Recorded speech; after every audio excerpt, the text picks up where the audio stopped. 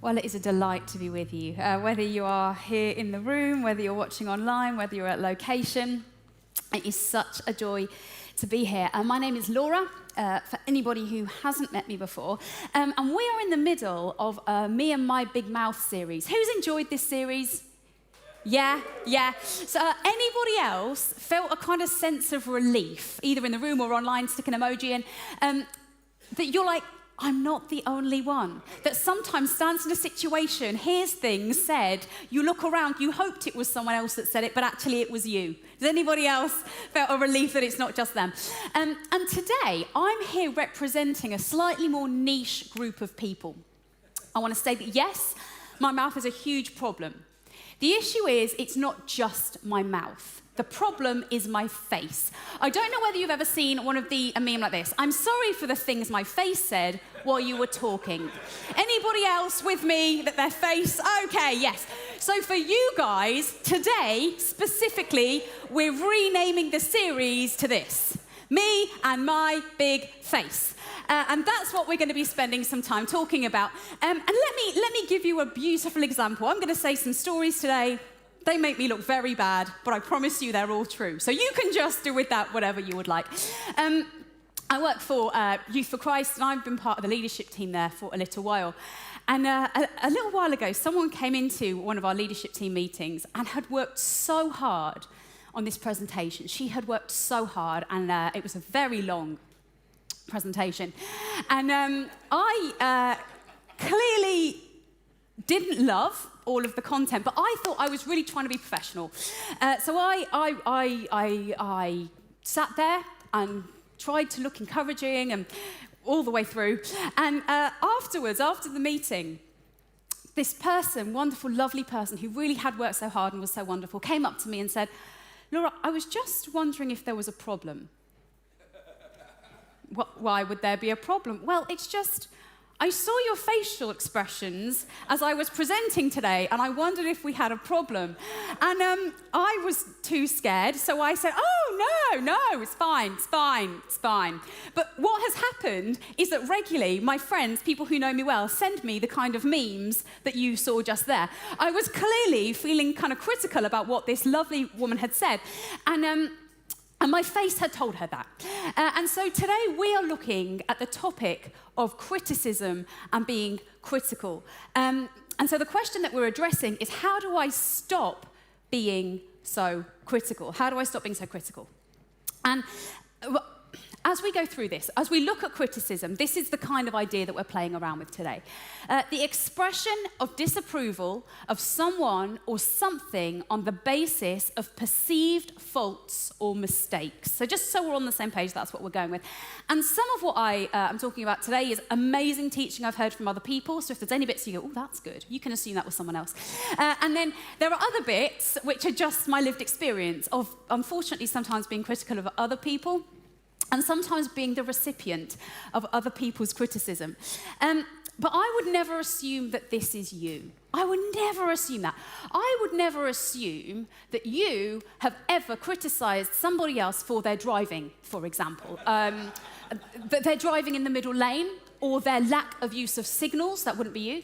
I would assume that you have never been critical of maybe someone that you know or live with, perhaps a partner or a housemate or someone in your household, and said the words, why do you always leave your shoes there? Why do you always set the dishwasher like that? Why do you always stop a program every 5 minutes to tell me something else? That's not you, and it's definitely not me and Andy. None of those things. No, are us. I imagine that you are never the person who criticizes your leaders at church, Leon. Maybe at work, your line manager or your boss. You're never the person coming up to a general election who would criticize another person or political figure. You're never the person who would maybe be a little critical of somebody who lived differently to you, who maybe had a different belief system to you, who raised their kids different from you. You would never be critical of somebody, perhaps, who lives with a different morals and value system to the one you do, and you see them just as different. That wouldn't be you. But I want to talk to you for a little while, unfortunately, about me. I'm really into personality profile testing. I just really enjoy them. So I've done all kinds of things. If you've done some, I'll say some things that you might understand. If not, you can switch off for the next 20 seconds. You'll get the gist. I'm a kind of, I'm like a yellow or a 7 or an I, ENFP. I have like woo, ideation. Essentially, what you need to know is I love people, I love fun, I love adventures, I love connecting, but there is an issue with these personality profile tests that I'm seeing. There's a theme. And whilst they all say those things, they also claim that my personality type can get a little judgy when I'm not in a good place. And I don't appreciate that, but as I looked at myself and I looked at my patterns, I thought, actually, I've got nowhere to go on this. It's completely true. And what happens is I get to a specific place where I become critical of other people. And I'm working on it. I promise you I'm working on it. It's when I'm stressed or I'm tired. Maybe I'm empty. I'm surrounded by lots of negativity. I feel under lots of pressure. And what happens when I'm in a bad place and I'm tired and I'm stressed out and I'm empty, my world becomes about me. I focus in on me and my world becomes really small. And in that action, what happens is that I step away from you.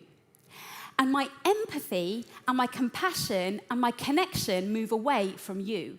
And yet, I still experience you. I still experience the result of your choices, your decisions, your behaviors, and really importantly for this topic, I still experience your mistakes, but my empathy and compassion and connection has stepped away from you. And so I begin to get a bit critical. I'm not proud of it, but this seems to be what happens. And from that place, I then begin to form an opinion of you and your actions. And I'm someone who has a lot of opinions, apparently. The other day, I promise you again, this is true. It's not good. I was in the last leadership team meeting at Youth for Christ. Something came up on the agenda and someone very kindly asked my opinion. And I just said, oh no, I don't have an opinion on that. Everybody around the table laughed out loud at that response to me. It took me aback. I was like, yeah, maybe it's true. But my opinions begin to form about you and who you are and what you've done. But Jesus' teaching on criticism and judgment is very, very clear. Jesus says this, do not judge others, and you will not be judged, for you will be treated as you treat others. The standard you use in judging is the standard by which you will be judged. And in me from this place, away from you, that's terrifying. Because actually, I expect you to be perfect. I could say I expect you to be like me, but I don't. I actually expect you to be better than me. And if I was in that position and I'd made a mistake, what I would want is your compassion and your gentleness.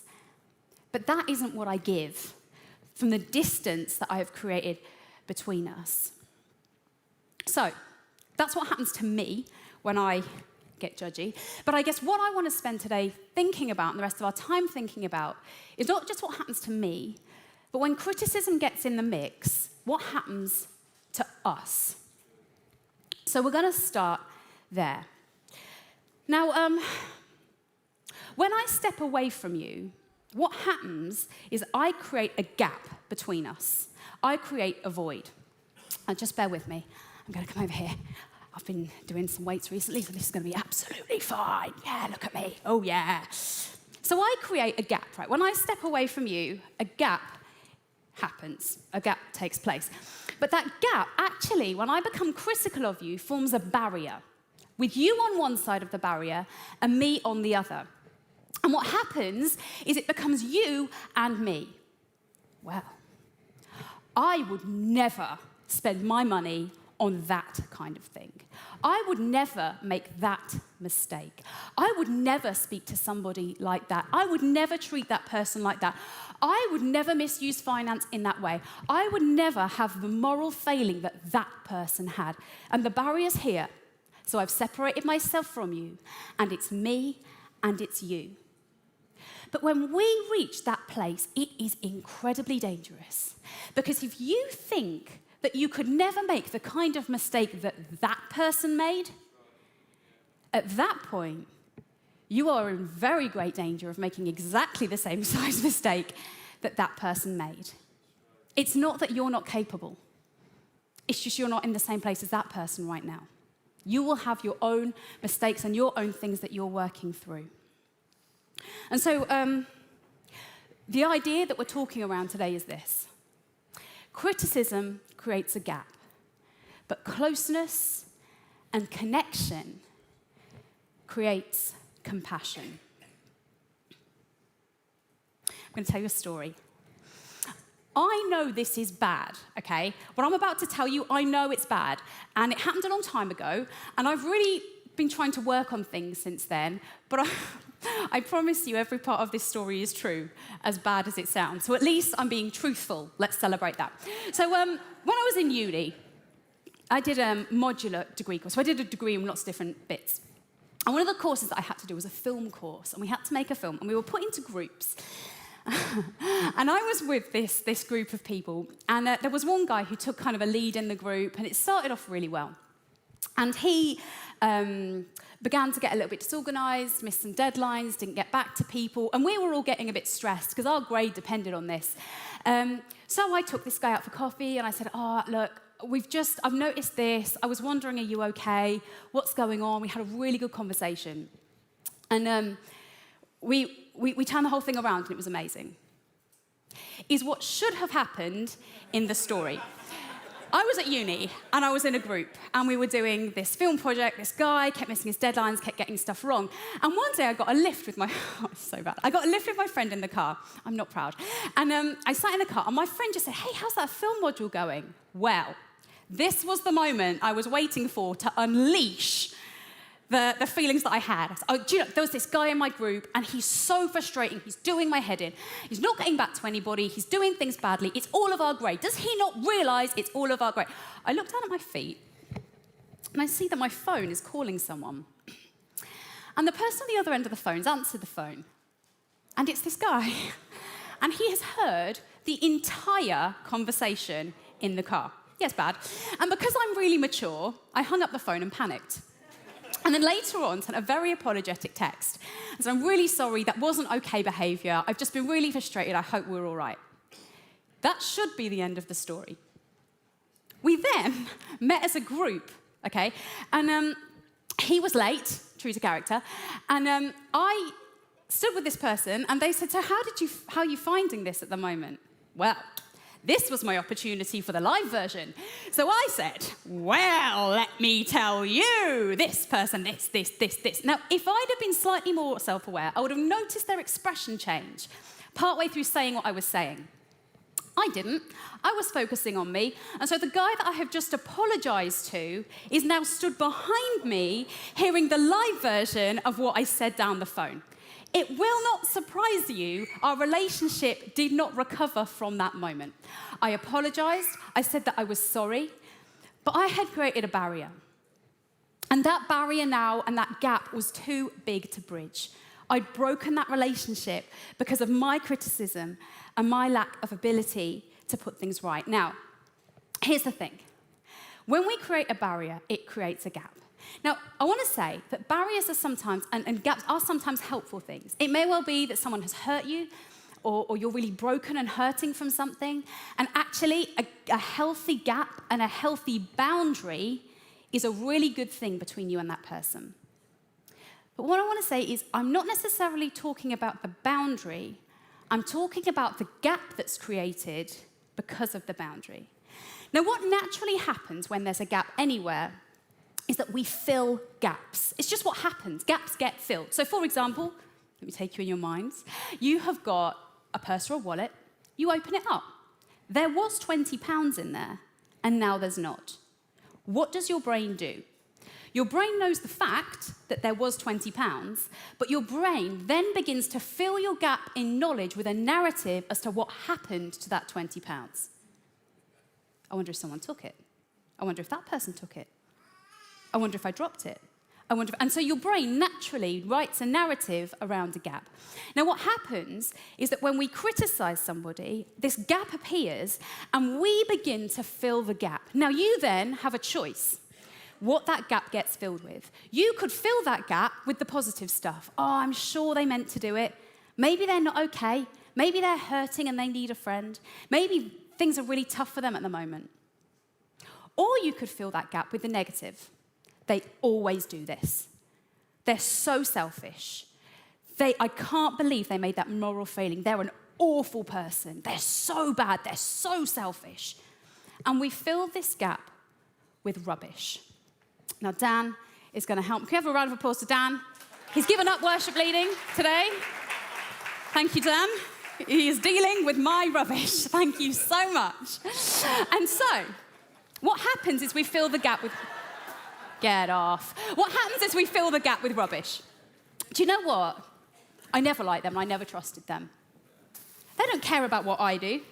They always let everybody down and they think that they can just behave like that. And we filled the gap. Now, I want to draw your attention to the fact that this was you. This came from you. This had nothing to do with them. This is your stuff that you've put in the gap between you and them. And yes, their behavior may have been wrong. I'm not saying it was fine. It may have been awful.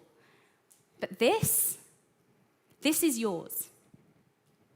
And I don't believe that Jesus wants us to live that way. We're going to change the idea we're talking about a little by saying this. Criticism doesn't just create a gap. Criticism fills a gap. But closeness and connection create compassion. The danger when we criticize somebody is that we forget ourselves. What I mean by that is this. The wonderful Tom is on visuals today. If Tom put on these slides all of the things that I had done wrong in the last week and let you guys know about them, and just, we just went through it. We worked through all of my mistakes, the things I did, the things I said, the things I thought. We would all be very aware that I am in no position to criticize anybody, that I am just as capable of getting things wrong as you are, that we all make mistakes, that we all do this. But what happens is when it's us that's made a mistake, there's the old saying, isn't there, that we judge others by their actions, but we want to be judged by our intentions or our heart. But what we do is make a judgment about them, about their actions. But it rarely stays at a judgment about their actions. It normally becomes a judgment about their character and who they are, and that's why they did what they did. When Andy Stanley was here 2 weeks ago, he said this quote, it was brilliant. We mischaracterize what we criticize. And so someone does something, we fill the gap with rubbish, and no longer is it about the thing that they did, but it's about the person that they are, and it all of a sudden becomes very, very personal. And yet, Jesus says this: do not judge others, and you will not be judged. Do not condemn others, or it will all come back against you. Forgive others, and you will be forgiven. And so, I have some top tips, just very quickly. If we're looking at how do I stop being so critical, here's 3 things I think are quick bullet points that we can use as checkpoints in our lives. The first one is this: mind the gap. Now, as I said, a gap gets created when we criticize other people. And what I want us to be aware of is not just what the gap is, but what are you filling the gap with? When somebody does something, maybe it's a small thing like what I do, I leave hairballs in the shower on the wall. It's such a gift for my family. Maybe it's a small thing. Maybe it's a big thing. Maybe someone has really hurt you, created a huge moral failing, done something awful, maybe done something with finance, or they've got a habit. What is it that you're filling that gap with? Have you gone to the worst case scenario in your mind and you are filling that gap with rubbish about that person? Or are you pausing just for a moment to try to assume the best? So first of all, mind the gap. The second thing I would say is bridge the gap. What would it look like for you to step across the void and try and connect with that person? What would it do for you to ask the question, can you help me understand? I've noticed this. I've noticed that this behavior has happened. I noticed that when you speak to me, you use this tone. I've noticed that when you do that, you tend to often do this. Could you help me understand what's going on? I'd really like to. And then they might share. And it won't stop the fact that you've been hurt. But maybe you could follow that up with, okay, did you know that when you do this, it makes me feel like this? What does it look like to try to bridge the gap and help gain understanding and compassion with that other person? Third thing, how can I help? I heard some great teaching a couple of weeks ago from North Point. And one of the things that they talked about was how someone makes a mistake. There's two kinds of people. There's the kind of person that says, I'm going to wait until you get caught. And there's the other person who says, I'm going to catch you. Will you get caught or be caught by someone? And when you say to someone, how can I help you? What that means is, yes, you've made a mistake, but how do we make this right? How do we restore you? How do we restore this situation? How do we restore this relationship if it's possible? What does it look like to be caught by somebody rather than get caught by somebody when you make a mistake? This is the big idea. Criticism fills a gap, but closeness and connection create compassion. And I feel like there will be people engaging today in the room, online, in our locations, watching this later. And I wonder whether some of you, whether you know Jesus or not, actually the person that you've been hurt by or criticized by has been the church. Maybe another person in the church, maybe the church in general, and it's really hurt you. And if that is you, then I want to say that I am so sorry. I am so sorry if you have been hurt by the criticism and judgment of other people that are called to follow Jesus. And if you're in the room or watching somewhere else and you're a follower of Jesus, I just want to speak to you for one moment specifically. How we treat each other when we are at our weakest and our worst really, really matters. It matters if it's somebody who follows Jesus, and it really matters if it's somebody who doesn't, because that person never agreed to live the way that we have decided to live by following Jesus. They never signed up to that. And so how we treat each other at our weakest and at our worst is really, really important. And here's the thing. If you follow Jesus, then you already know what it means to have behaved in such a way that it creates a gap between us and between God. And you know what it is for that gap to get filled, not by rubbish here. All of this goes. Jesus deals with this. But for this gap instead to be filled with kindness and compassion, thank you, and grace. And if you're a follower of Jesus, he commands that you do the same for other people. I wonder, is anybody in the room or online, watching later, Signal, a fan of Taylor Swift? Thank you. That was a yes. Someone is, and so am I. Brilliant. Lovely. I knew there'd be at least one. So, Taylor has brought out a new album. I'm not sure if you've heard it. If not, you're in for a treat. And she, on this album, has a song. And this song is called Guilty as Sin. And one of the things that she talks about in this song is that she has these thought patterns, which are really unhealthy towards this other individual, and she knows she shouldn't have them. And her processing is, well, I've not actually done anything, it's all in my head. And a lot of the language in the lyrics of the song have religious connotations. And she gets to a point in the song where she says, well, what if I confessed? What if I told somebody this thing, this secret thing that's going on in me? And this lyric stopped me in my tracks. And if I roll the stone away, they're going to crucify me anyway.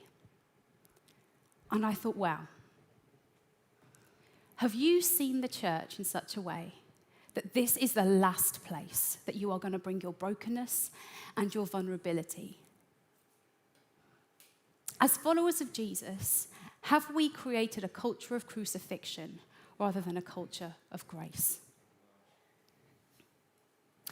And I wonder if there is anybody in the room who's experienced that. In Galatians, it says this: "Dear brothers and sisters, if another believer is overcome by some sin, you who are godly should gently and humbly help that person back onto the right path. And be careful not to fall into the same temptation yourself. Share each other's burdens, and in this way, obey the law of Christ." If you could keep that slide up for a second. It's interesting, isn't it? Be careful not to fall into the same temptation. This suggests that you have removed the barrier and that you have got so close to that other individual that's made a mistake that you might just fall into what they're doing. Don't do that. But I wonder whether what happens is that we move so far away from that person that actually our temptation is judgment. Our temptation is criticism, and to distance ourselves as far from that person as possible. You see, criticism fills a gap, but closeness and connection create compassion. And I wonder whether you're watching online, you're in a location, you're in the room, and you made a mistake once. And someone cared. But they cared in the wrong way. And that person stepped away.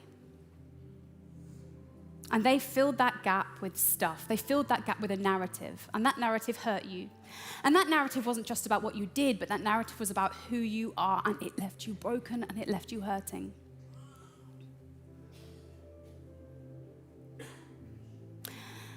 And I wonder if in that situation, how it would have been different if you'd had someone who didn't want you to get caught, but wanted to catch you. Getting caught and being caught by somebody. If you'd have had somebody who was kind enough and compassionate enough and non-judgmental enough that you could have spoken to them earlier, when it was a small thing. I wonder how you would have felt if someone drew close enough to you to listen to your heart and your intentions, to be filled with compassion and grace rather than judgment.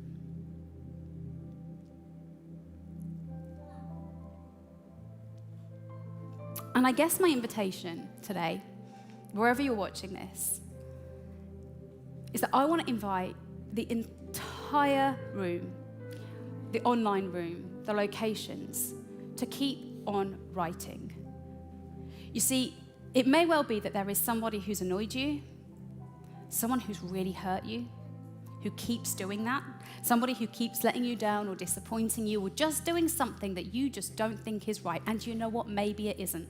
Maybe it's really wrong. But I wonder whether some of us have stepped away and left a gap. And we have filled that gap and written a story in that space and filled it with rubbish, our rubbish. And we've started to write that person's story for them. But today I want to invite you to keep on writing, because you get to write the ending of this story. You get to write a story that creates a culture of grace rather than a culture of crucifixion. And hey, you may be here and you don't know Jesus at all, and that's fine. But do you know what? When you make a mistake, what kind of story would you want someone to write about you? Could I invite you, if you're able, to stand in locations, online, maybe just take a moment for reflection. And I'm just going to, for a moment, pray and leave a space and ask God to bring to mind if there's anybody that we have started to write a narrative for, and we've filled that space with some of our own rubbish. And God wants to address some of those things. So if you're comfortable to close your eyes, you don't need to be a follower of Jesus or come to church regularly to engage in this. I'm just going to ask God to bring somebody to mind, if there is somebody. God, would you just give us a nudge? If there's a story that we have been writing for somebody else, out of our own frustration, our own brokenness and hurt.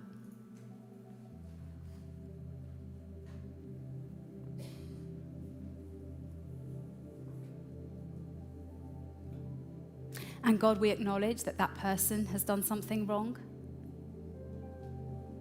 But God, let our hearts towards them be right.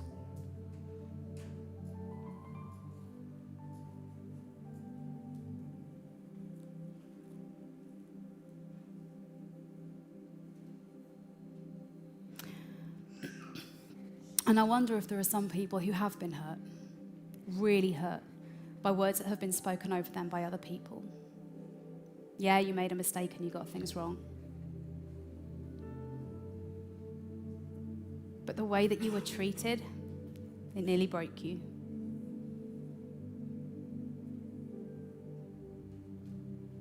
And if that is you, I want to pray specifically for you. God, I thank you that you are a God who rewrites our stories. God, I thank you that you took our rubbish, you took our junk, you took our stuff, and you have written a story of grace and compassion instead of our one of brokenness. And God, where there are people engaging right now that have got hurt and pain and brokenness as the results of our own mess because of what other people have said and other people have done, God,